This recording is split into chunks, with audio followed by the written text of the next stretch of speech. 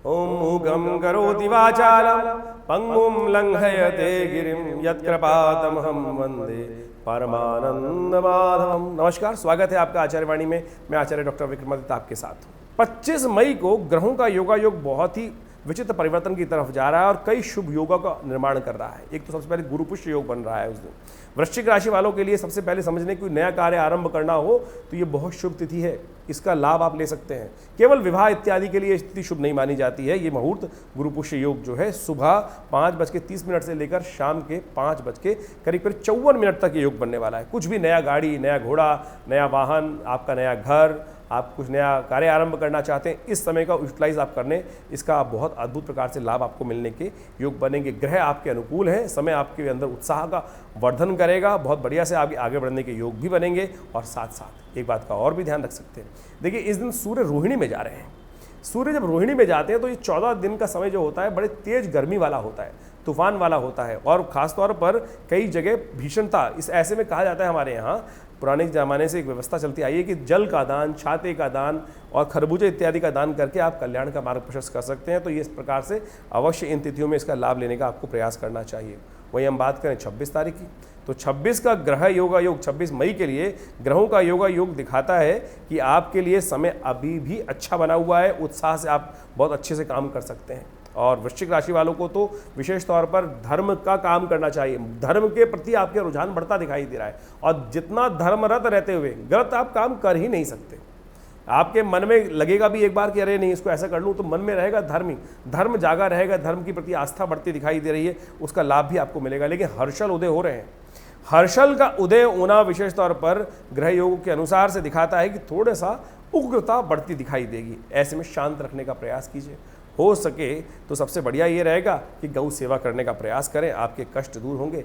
मेष राशि में जब हर्षल उदय हो रहे होते हैं तो विशेष तौर पर कई प्रकार की उग्रता उत्पन्न कर देते हैं, शत्रु परेशान करने के योग बना सकते हैं। वैसे बृहस्पति जो है आपकी राशि में इस वक्त थोड़े से इस प्रकार से चल रहे हैं कि आपके शत्रुओं को थोड़ा वर्धन करते दिखाई दे रहे हैं। सेहत का ध्यान रखने की ज़रूरत है। सबसे अच्छा ये रहेगा, जैसा हमने कहा कि वृश्चिक राशि वालों को गौ के निमित्त थोड़ा सा आप एक सबसे अच्छा ये रहेगा कि चने की दाल भिगो के गाय को खिलाएं, वो बहुत कल्याणकारी योग बनाएगी। अब हम बात कर लेते हैं 27 तारीख के लिए ग्रहों का योगा योग क्या है। 27 तारीख के लिए ग्रहों का योगा योग दिखाई देता है। तो सबसे पहले पंचांग की बात कर लें तो पंचांग के अनुसार से ग्रहों का योगा योग दिखा रहा है कि ज्येष्ठ शुक्ल पक्ष की जो तिथि है वो सप्तमी है और शनिवार का अवसर है। देखिए मघा नक्षत्र इस दिन विद्यमान है, तो इस बात का ध्यान रखें कि इस दिन जो जातक जन्म लेंगे वो मूल नक्षत्र में जन्म लेंगे, गणमूल के अंदर जन्म लेंगे। तो ऐसे में विशेष तौर पर ध्यान रखने की आवश्यकता है कि उनके निमित्त आप अवश्य मूल शांति कराएं, अन्यथा ये बच्चा जो है, जो जातक जन्म लेगा, वो विशेष तौर पर आगे कष्ट देने के जो परिवार में थोड़ा सा कष्ट हो सकता है, माँ बाप के लिए भारी हो सकता है, स्वयं के लिए भारी हो सकता है। इस बात का विशेष तौर पर ध्यान रख लेना चाहिए। देखिए इस दिन भद्रा विद्यमान है, सुबह 7:42 से लेकर रात्रि के 8 बजे तक रहेगी। तो कोशिश करें, ऐसे में ध्यान रखें कि कोई नया कार्य आरंभ ना करें। उड़द की दाल का दान करना, साबुत उड़द की दाल का दान करना आपके लिए अच्छा रहेगा, कष्टों को निवारण करने वाला रहेगा।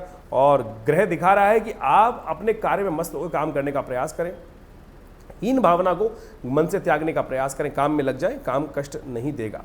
28 तारीख की हम बात करें तो 28 तारीख को रविवार का अवसर है, दुर्गा अष्टमी है और उस दिन धूम्रावती जी की जयंती है। रविवार और दुर्गा जी का दिन, रविवार का दिन ही दुर्गा जी का होता है।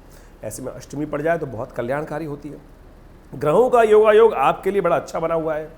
आप अपने कार्य में मस्त होकर करने का प्रयास करें। कोई आपके कार्य का फल नहीं ले जा सकता। आपको अपने कार्यों का पूर्ण फल प्राप्त होने के अद्भुत योग बनेंगे। 29 तारीख की हम यदि बात करें तो 29 तारीख का ग्रहों का योगा योग वृश्चिक राशि वालों के लिए बड़ा परिवर्तन का योग बनता दिखाई दे रहा है। लाभ के योग बड़े अच्छे रूप से बनते दिखाई दे रहे हैं।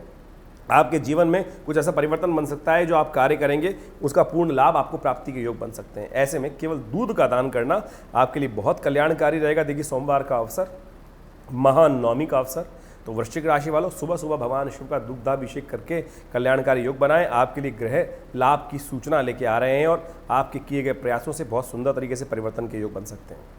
वहीं हम 30 तारीख की बात करें, बहुत सुंदर तिथि है वृश्चिक राशि वालों, गंगा दशहरा है इस दिन। खाली गंगा दशहरा ही नहीं है, ग्रहों का परिवर्तन भी बन रहा है और महीने का आखिरी, ज्येष्ठ का आखिरी बुढ़वा मंगल है, उसको बड़ा मंगल के रूप में भी जाना जाता है। तो ऐसे में मंगल को प्रसन्न करने के लिए, मंगल और शनि का ये टकराव चल ही रहा है, ऐसे में मंगल का और शनि को दोनों को प्रसन्न करने के लिए, दोनों के कष्टों को हरने के लिए आपको सबसे बढ़िया तरीके से हनुमान जी को चोला चढ़ाना चाहिए।